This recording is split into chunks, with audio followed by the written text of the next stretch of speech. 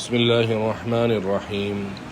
هو الذي جعل لكم الأرض ذلولا فامشوا في مناكبها وكلوا من رزقه وإليه النشور۔ سورہ ملک آیت نمبر 15 ہے۔ چونکہ سورت کے اندر اللہ جل شانہ نے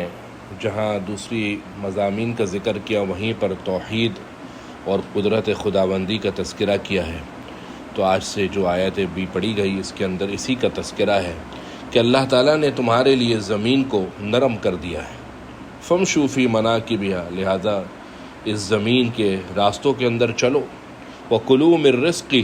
اور جو اللہ کے رزق اور اللہ کی روزی کا سامان اس زمین کے اندر ہے اس کو کھاؤ۔ لیکن اس کا مطلب ہرگز یہ نہ سمجھنا کہ تم اس زمین کے اندر چلتے پھرتے، اس زمین کے اندر مزے اڑاتے، اس زمین کے رزق سے فائدہ اٹھا کر اللہ کو بھول جاؤ اور آخرت تمہارے ذہن سے نکل جائے، تم دنیا کے اندر مستغرق ہو جاؤ، یہ مت سمجھنا۔ وَإِلَيْهِ النُّشُورُ، یاد رکھنا اللہ ہی کی طرف لوٹ کر جانا ہے، اللہ کی طرف دوبارہ آخرت میں اٹھنا ہے، لہذا اس کو نہ بھولو۔ اس آیت کے اندر اللہ جل شانہ نے زمین کے لیے بتایا کہ زمین کو ہم نے تمہارے لیے دیکھو کیسا مسخر بنا دیا ہے کہ تم اس کے راستوں پر چلتی ہو، کہ یہ زمین نہ تو پانی کی طرح کوئی لیکوڈ آئٹم ہے، کوئی بہنے والا ہے، اور نہ ہی روئی اور کیچڑ کی طرح کوئی دبنے والا ہے، کیونکہ ایسا ہوتا تو پھر کسی انسان کا اس پر رہنا ٹھہرنا ممکن نہیں ہوتا، کیونکہ نہ بہنے والی چیز میں رہ سکتا ہے، نہ کیچڑ اور روئی کی طرح دبنے والی چیز میں، اور نہ ہی اللہ تعالیٰ نے زمین کو لوہے اور پتھر کی طرح سخت بنایا ہے، کیونکہ اگر ایسا ہوتا تو نہ اس کے اندر کھیتی باڑی ہو سکتی تھی، نہ اس کے اندر کنویں اور نہریں کھودی جا سکتی تھیں، نہ درخت ہو سکتے تھے، اور نہ اس کو کھود کر اس پر اونچی عمارتوں کی بنیاد رکھی جا سکتی تھی۔ اللہ تعالیٰ نے زمین کو ایسا نرم کر دیا ہے، تمہارے لیے مسخر کر دیا ہے کہ نہ بالکل نرم ہے کہ دب جائے، نہ اتنا سخت ہے کہ تم اس پر کچھ کام نہ کرو، بالکل معتدل انداز میں اللہ نے زمین کو بنایا۔ لیکن اس زمین اور دنیا کی رنگا رنگ رنگینیوں میں جا کر اللہ کو بھولنا مت، دنیا میں پڑھ کر دنیا کے اندر اتنا مستغرق ہو جانا کہ آخرت کو بھول جاؤ، نہیں۔ ہر مسلمان کے ذہن میں یہ بات ہر آن مستحضر رہے کہ وَإِلَيْهِ النُّشُورُ، اللہ کی طرف لوٹنا ہے۔ آمنتم من فی السماء ان یخسف بکم الارض فاذا ہی تمور، اللہ تعالیٰ نے پیچھے انعامات یاد دلائے تھے کہ دیکھو ہم نے تمہارے ساتھ یہ کیا، اب اللہ انتقام سے ڈرا رہے ہیں۔ تنبیہ ہے کہ زمین پر ہنسنے بسنے کے ساتھ اللہ کا عذاب بھی آ سکتا ہے، زمین پر رہو بسو ہنسو کھیلو کودو، لیکن اللہ کے عذاب سے امن میں مت آنا۔ آمنتم من فی السماء ان یخسف بکم الارض فاذا ہی تمور، کیا تم لوگ اس بات سے بے خوف ہو گئے کہ جس ذات کا آسمان کے اندر تصرف ہے وہ تم کو زمین کے اندر دھنسا دے، فاذا ہی تمور، پھر وہ زمین تھر تھرانے لگے، لرزنے لگے۔ اللہ سے امن میں آ جانا کہ اللہ تعالیٰ 100% ہمارے گناہوں کو معاف کر دے گا اور ہم کو عذاب نہیں دے گا، یعنی اللہ کے عذاب سے بالکل امن میں آ جانا یہ بھی غلط ہے، اور اللہ سے بالکل مایوس ہو جانا یہ بھی غلط ہے۔ جب یہ عقائد کی کتابوں میں لکھا ہے الامن من اللہ والیأس من اللہ کفر، اللہ سے 100% امن میں آ جانا کہ یہ کچھ عذاب کا اپنے اعمال کا خوف ہو ہی نہ، یہ بھی غلط ہے، اور اللہ سے بالکل ایسا نا امید ہو جانا کہ جنت کی امید ہی ختم ہو جائے، اللہ کی رحمت کے اثرات بھی ختم ہو جائے تمہارے دل دماغ سے، یہ بھی غلط ہے۔ لہٰذا اللہ تعالیٰ اس آیت میں فرما رہے ہیں کہ جس آسمان پر اللہ کی حکومت ہے وہ اگر چاہے تو تم کو زمین میں دھنسا دے۔ اللہ تعالیٰ نے تمہارے لیے زمین کو نرم بنایا ہے، اس میں کوئی شک نہیں ہے، لیکن اس زمین کی نرمی سے فائدہ اٹھا کر تم یہ سمجھو کہ بس تم اس زمین میں ہمیشہ رہو گے اور اللہ کے عذاب میں گرفتار نہیں ہوگے، نہیں، اللہ سے امن میں مت آنا۔ جس اللہ نے آج تم کو زمین کے اوپر رکھا ہوا ہے یہی اللہ تم کو زمین میں دھنسانے پر قادر بھی ہے، اور اس کے کچھ نمونے اللہ نے دنیا میں دکھائے ہیں، زلزلوں کی صورت کے اندر، قارون کے دھنسنے کی صورت کے اندر کہ یہی زمین کھلی ہو، اور اسی زمین کے بارے میں ہے کہ قوم لوط پر کیسا عذاب آیا کہ زمین کو اللہ نے اوپر آسمان پہ اٹھا کر زمین پر دے مارا، لوگ نیچے چلے گئے زمین اوپر ہو گئی، ورنہ عام حالات کے اندر لوگ اوپر ہیں زمین نیچے ہے۔ ام امنتم من فی السماء ان یرسل علیکم حاصبا، یا تم لوگ اس بات سے بے خوف ہو گئے کہ جو ذات آسمان میں اپنا حکم اور تصرف رکھتی ہے وہ تم پر ایک تند و تیز ہوا بھیج دے، حاسباً، تند و تیز ہوا، بعض نے فرمایا حاسباً آسمان سے پتھروں کی بارش تم پر کر دے جس سے تم ہلاک ہو جاؤ، فَسَتَعْلَمُونَ كَيْفَ نَذِيرٌ، ان قریب مرتے ہی تم کو معلوم ہو جائے گا کہ میرا عذاب کیسا صحیح تھا۔ اللہ سے بالکل امن میں نہیں ہونا چاہیے اور اللہ سے بالکل نا امید بھی نہیں ہونا چاہیے۔ وَلَقَدْ كَذَّبَ الَّذِينَ مِن قَبْلِهِمْ فَكَيْفَ كَانَ نَكِيرٌ، اور تم سے پہلے بھی جھٹلا چکے ہیں جو، فَكَيْفَ كَانَ نَكِيرٌ، پھر دیکھیں کیسا ہوا انکار کرنا، یعنی ان سے پہلے جو لوگ گزرے ہیں انہوں نے دین حق کو جھٹلایا تھا، تو آپ دیکھ لیجئے میرا عذاب کیسا ہوا ان پر۔ اولم يروا الى الطير فوقهم صافات ويقبضن، کیا وہ دیکھتے نہیں کہ جو آسمان پر پرندے اڑ رہے ہیں وہ اپنے پر کھولے ہوئے ہیں اور اپنے پر سمیٹ رہے ہیں، ما يمسكهن الا الرحمن، ان کو کسی ذات نے نہیں تھاما ہوا سوائے رحمان کے، انہ بکل شیء بصیر، وہ ہر چیز کو دیکھ رہا ہے۔ یعنی کیا وہ پرندوں کو اپنے سروں پر اڑتے ہوئے نہیں دیکھتے؟ کبھی وہ اپنے پروں کو پھیلاتے ہیں، کبھی سمیٹتے ہیں۔ تو غور کیجئے کہ ایک دنیا کا اصول ہے کہ زمین کے اندر اللہ تعالیٰ نے مقناطیسی کشش رکھی ہے۔ عام قاعدے کی روح سے جب یہ وزنی جسم جب اوپر چھوڑے تو اسے زمین پر گرنا چاہیے۔ ہوا ان جسموں کو عام طور پر قاعدے کے مطابق نہیں روک سکتی، مگر یہاں پر اللہ نے اپنی قدرت سے ان پرندوں کو ایسی وضع کے اوپر بنایا کہ وہ ہوا پر ٹھہر سکتے ہیں اور ہوا پر اپنے جسم کا بوجھ ڈال سکتے ہیں، ہوا میں تیر رہے ہیں، ہوا میں پھر رہے ہیں۔ اللہ تعالیٰ نے بظاہر ایک بے عقل اور بے شعور پرندوں کو یہ سلیقہ سکھا دیا کہ وہ اپنے پروں کو پھیلانے اور سمیٹنے کے ذریعے ہوا کو مسخر کر لیتے ہیں، اور ظاہر ہے کہ ہوا کے اندر یہ صلاحیت اور پرندے کے پروں کو اس طور پر اللہ کا بنانا اور ہوا پر کنٹرول، یہ سب اللہ ہی کی قدرت ہے۔ امن هذا الذي هو جند لكم ينصركم من دون الرحمن، رحمان کے سوا وہ کون ہے کہ وہ تمہارا لشکر بن کر آفات سے تمہاری حفاظت کر سکے؟ ان الکافرون الا فی غرور، اور کافر جو اپنے معبود باطلہ کے متعلق ایسا خیال کرتے ہیں وہ تو دھوکے کے اندر ہیں۔ یعنی اگر تمہارا یہ خیال ہے کہ دنیا کی مصیبتیں، زمینی آفتیں، تم پر آنے والے آلام، شرور و فتن، اللہ کے علاوہ کوئی ہے تمہاری حفاظت کرنے والا، اگر اللہ کے علاوہ کوئی ہے تو یہ تو کافروں کی سوچ ہے کہ وہ غیروں کے مطابق یہ خیال رکھتے ہیں کہ بھئی وہ ہمیں آفات سے بچا لے گا۔ اب بھی مسلمانوں کے اندر بعض اوقات اس قسم کے شرک کے جراثیم ہیں کہ فلانا غوث ہم کو بچا لے گا، فلانا پیر ہم کو بچا لے گا، ہمارا شیخ ہم کو بچا لے گا۔ یاد رکھیے اللہ کے سوا کوئی نہیں ہے، اللہ قادر مطلق ہے، اللہ کے سامنے ان چیزوں کی کوئی حیثیت نہیں ہے، اللہ کے سوا کوئی نہیں ہے۔ ان الکافرون الا فی غرور، یہ تو کافروں کا عقیدہ ہے، یہ دھوکے کے اندر پڑے ہیں، وہ سمجھتے ہیں کہ معبود باطل ہم کو بچا لیں گے۔ امن ھذا الذی یرزقکم من امسک رزقا، اور یہ بھی بتاؤ کہ وہ کون ہے جو تم کو روزی پہنچائے اگر اللہ اپنی روزی بند کر دے۔ بل لجوا فی عتو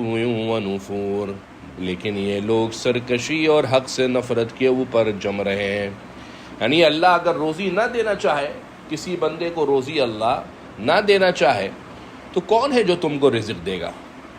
کیونکہ رزق کی ذات تو اللہ کی ہے، رزاق، رزق دینے والا اللہ ہے۔ یہی وجہ ہے کہ جس شخص کا نام عبد الرزاق ہو اس کو آپ رزاق نہیں کہہ سکتے، کیونکہ یہ رزاق خالصتاً اللہ کی صفت ہے، اس کے اندر اللہ کا کوئی شریک نہیں ہے۔ واللہ خیر الرازقین، اللہ بہترین رزق دینے والا ہے۔ تو جو لوگ اپنے رزق کے معاملے میں کسی بھی حوالے سے پریشان ہیں وہ یہ دیکھیں اللہ آیت میں کیا کہہ رہا ہے۔ قرآن مجھ سے اور آپ سے کہہ رہا ہے کہ اگر اللہ کی طرف سے بندش ہو گئی، کون ہے جو تم کو رزق دے؟ ہم آج کل کہتے ہیں اپنے زمانے کے اندر فلانے نے بندش کر دی، کاروبار پہ یہ ہو گیا، اس کا سایہ پڑ گیا، یہ مصیبت پڑ گئی۔ بھائی کوئی نہیں ہے اللہ کے سوا، ساری بندشوں کا مرکز، سارے معاملات کو کھولنے اور رزق کے دینے کا مرکز اللہ کی قدرت اور اس کی طاقت ہے، کوئی اس کا شریک نہیں ہے۔ جب کوئی شریک نہیں ہے تو پھر کوئی کسی کی کیا رزق بند کرے گا، کوئی کسی کے معاملے پر کیا سایہ کرے گا؟ سب اللہ کے ہاتھ کے اندر ہے، اللہ کے سوا کوئی رزق دینے والا نہیں ہے۔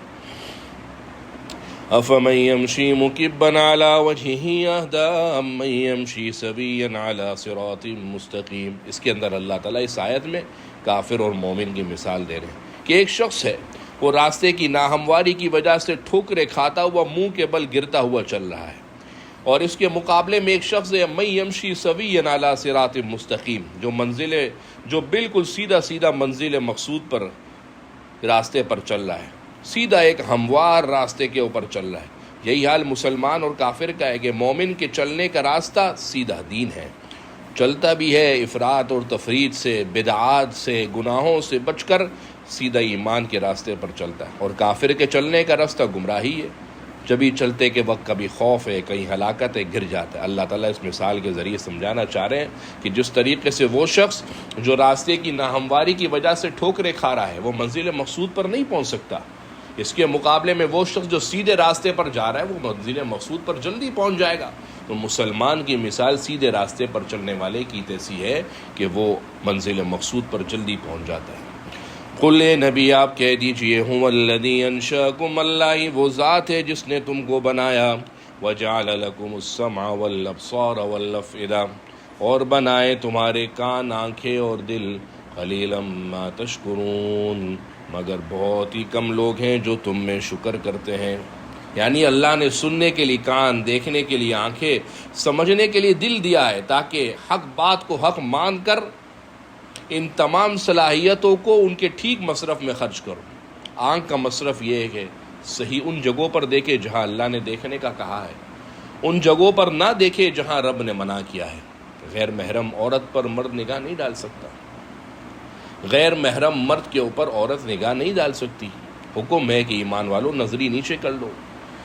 قل للمؤمنات، اے نبی ایمان والی عورتوں سے کہہ دیجیے یغضضن من ابصارہن، اپنی نگاہیں نیچی کر لیں۔ تو یہ آنکھ کا صحیح مصرف ہے کہ انسان وہ جگہ دیکھے جہاں اللہ کا حکم ہے اور ان جگہ دیکھنے سے رکیں جہاں اللہ نے منع کیا۔ کان کا صحیح مصرف وہ ہے کہ اچھی باتیں سنیں، قرآن سنیں، تلاوت سنیں، نیکی کی باتیں سنیں، دین کے وعظ سنیں، نہ کہ گانے سنیں، غلط چیزیں سنیں۔ ان مجلسوں جہاں مجلس کے اندر گناہ کے تذکرے ہیں، مسلمان بھائیوں کی غیبتیں ہیں، ان مجلسوں کے اندر نہ بیٹھے، نہ سنیں۔ یہ کان کا صحیح مصرف ہے۔ والافئدہ، اور دل کا صحیح مصرف یہ ہے کہ دل کے اوپر انبیاء کی ساری محنت ہی دل کے اوپر ہے۔ اللہ کے نبی صلی اللہ علیہ وسلم نے فرمایا الا ان فی الجسد مضغہ اذا صلحت، کہ تمہارے جسم کیا، یعنی انسانی جسم کے اندر ایک خون کا لوتھڑا ہے، اگر وہ صحیح ہو جائے تو سارا جسم صحیح ہے، اگر وہ غلط ہو جائے، اس کے اندر بگاڑ آ جائے، پورا جسم کے اندر بگاڑ ہے۔ پھر فرمایا لا وہی القلب، بھائی یہ تو دل ہے، دل خراب ہو جائے پورا جسم خراب ہے۔ اللہ فرما رہے ہیں دل دیا بطور نعمت کے اللہ بتا رہے، لیکن ساتھ ہی ایک شکوہ بھی میرا اور مجھ سے اور آپ سے اللہ فرما رہے ہیں قلیلا ما تشکرون، لیکن شکر گزار لوگ بہت کم ہیں، ناشکری کرنے والوں کی تعداد بہت زیادہ ہے۔ اس سے معلوم یہ بھی ہوا کہ عموماً حق پر چلنے والے لوگ کم ہی ہوتے ہیں، لہذا یہ بات معیار نہیں ہے کہ کتنے لوگ کر رہے ہیں۔ بھائی دیکھو ایک بڑی جماعت کر رہی ہے، یہ کا فرق نہیں پڑتا کہ کرنے والے کتنے ہیں، کیونکہ عموماً تو دین کا کام، نیکی کا کام کرنے والے لوگ کم ہیں اور گناہ کے کام کرنے والے لوگ زیادہ ہیں۔ خود اللہ کا شکوہ ہے قلیلا ما تشکرون، اللہ نے اتنا دیا ہے، ہونا تو یہ چاہیے تھا کہ تم اس کی شکر گزاری کے اندر سر بسجود ہو جاتے، اللہ کے سامنے اپنے تمام جسم کو نمازوں میں، دوسری عبادات کے سارے ذریعے سر تسلیم خم کر دیتے، لیکن ہوا کیا قلیلا ما تشکرون، بہت کم ہے جو تم میں شکر گزار ہے۔ ایک شکر کا مطلب وہ ہے بس الحمدللہ جی الحمدللہ الحمدللہ، ایک شکر وہ ہے کہ انسان زبان سے الحمدللہ کہے اور اس کا دل اس بات کے اوپر آمادہ ہو کہ واقعتاً اللہ کا شکر ہے۔ اور اس شکر کے جو 3 درجات ہمارے بزرگوں نے بتائے ہیں، ایک تو یہ کہ زبان سے کہے الحمدللہ، اے اللہ تیرا بڑا شکر ہے، اور دل بھی اس بات کی ترجمانی کرے کہ واقعتاً جو نعمتیں اللہ نے دی ہیں حقیقتاً اللہ کی دی ہوئی ہے، میرا اس میں کچھ نہیں ہے۔ اور تیسری بات، اصل شکر یہ ہے کہ کیا جو نعمتیں اللہ نے دی ہیں وہ صحیح جگہ خرچ ہو رہی ہیں، صحیح وسائل پر خرچ ہو رہی ہیں، صحیح مصرف میں خرچ ہو رہی ہیں۔ اگر میری آنکھ صحیح جگہ دیکھ رہی ہیں، میرے کان صحیح چیز سن رہے ہیں، میرے ہاتھ صحیح جگہ استعمال ہو رہے ہیں، میرے پاؤں اچھی جگہوں کی طرف چل کر جا رہے ہیں، میرا دل اچھے معاملات سوچ رہا ہے، گناہ کے کاموں سے میرا دل اپنے جسم کو دور کر رہا ہے، تو اس کا مطلب کیا ہے؟ لہٰذا جب یہ نعمتیں ہماری صحیح مصرف میں خرچ ہوں گی تو یہ اصل شکر ہے، یہ ہے اصل شکر گزاری۔ قل اے نبی آپ کہہ دیجیے هو الذی انشأکم، اللہ ہی وہ ذات ہے جس نے تمہیں پیدا کیا، وجعل لکم السمع والابصار والافئدہ، تمہاری کان، آنکھیں اور دل بنائے، قلیلا ما تشکرون، لیکن بہت ہی کم لوگ ہیں جو تم میں شکر کرتے ہیں۔ اس آیت کے اندر اللہ تعالیٰ نے انسانی عضو کے 3 عضو کا ذکر کیا ہے، حالانکہ فلاسفہ نے 5 ذریعے بتائے جن کو حواس خمسہ بھی کہتے ہیں، یعنی سونگھنا، چکھنا، چھونا، دیکھنا، سننا۔ سونگنے کے لیے ناک ہے، چکھنے کے لیے زبان ہے، چھونے کے لیے قوت سارے بدن میں حق تعالیٰ نے رکھی ہے، سننے کے لیے کان ہے، دیکھنے کے لیے آنکھ ہے، لیکن ان سب چیزوں میں اللہ تعالیٰ نے صرف 2 کا ذکر کیا، یعنی کان اور آنکھ۔ وجہ یہ کہ سونگنا، چکھنا اور چھونا جس کا ذکر اللہ نے نہیں کیا، اس سے بہت کم چیزوں کا علم انسان کو حاصل ہوتا ہے۔ اس کی معلومات کا بڑا مدار سننے اور دیکھنے کے اندر ہے، اور اس کے اندر بھی اللہ نے سننے کو پہلے ذکر کیا کہ اللہ نے تم کو کان دیے ہیں۔ سننے کو اللہ نے پہلے ذکر کیا ہے کیونکہ معلوم کریں تو ہوگا کہ انسان کو اپنی عمر میں جتنی معلومات ہے ان میں سنی ہوئی چیزیں بنسبت دیکھی ہوئی چیزوں کے زیادہ ہوتی ہیں، اس لیے اس جگہ حواس خمسہ میں 2 پر اکتفا کیا گیا کہ انسانی جو معلومات عموماً انہی 2 راہوں سے ہوتی ہے، اور تیسری چیز جو دل بتائی وہ تو بنیاد ہے، وہ تو علم کا مرکز ہے۔ کانوں سے سن کر بھی، آنکھوں سے دیکھنے والی چیز کا علم بھی دل پر موقوف ہوتا ہے۔ قرآن کریم کی بہت سی آیت اس پر گواہ ہیں کہ علم کا جو مرکز ہے وہ قلب ہے، جبھی انبیاء کی اس پر محنت ہے۔ فلاسفہ دماغ کو مرکز مانتے ہیں، حالانکہ ہماری وحی کا مدار، سارا کا سارا علم کا مدار، وحی کا مدار دل کے اوپر ہے، جبھی انبیاء کی محنت دل کے اوپر ہے۔ قلیلا ما تشکرون، لیکن بہت کم ہے جو تم میں شکر کرتے ہیں۔